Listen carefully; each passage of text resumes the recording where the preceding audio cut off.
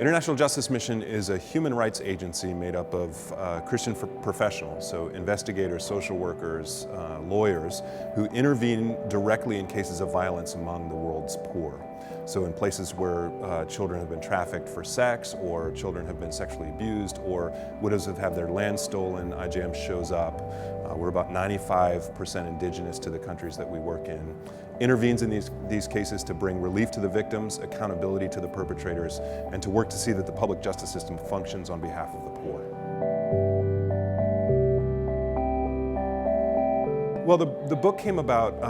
in some ways because about 2 years ago I was in a bookstore walking around and realized at some point now, really any minute now, I'm going to walk into a bookstore and see a book with the words justice and church in the title, just because the church is talking so much about justice these days. And I realized as I thought about that, if we're going to have a book like that, it really needs to do two things. The first thing it needs to do is establish the clear link between discipleship and justice, because we've seen that it just is profoundly true that the work of justice is one of the richest fields for discipleship the church has available to it. So we need to talk through that and talk about why we engage for our own transformation.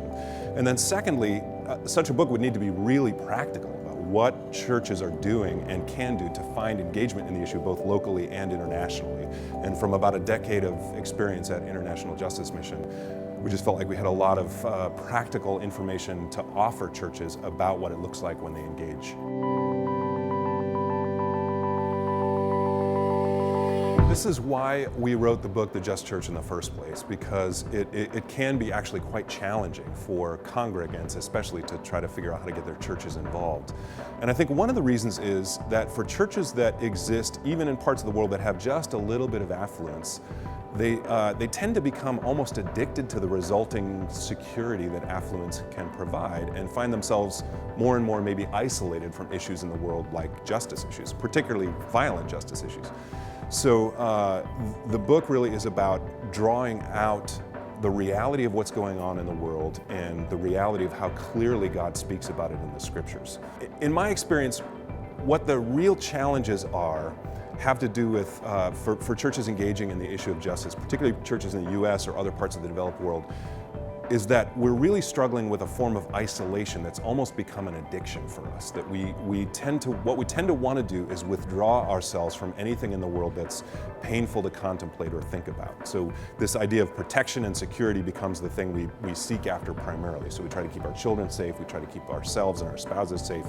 and there's something that's very good about that. But the challenge is, what it does is it isolates us from the world the way it actually is, because 4.5 billion people in our world today are struggling with the basic fact that law enforcement just doesn't reach them, so they're not safe, they're not secure,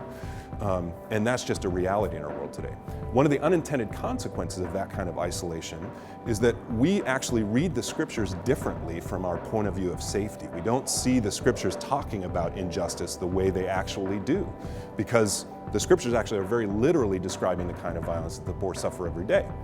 So the two things that we need to accomplish is, on the one hand, we need to actually begin to see the world as it actually is, inclusive of the suffering that injustice causes in our world every day.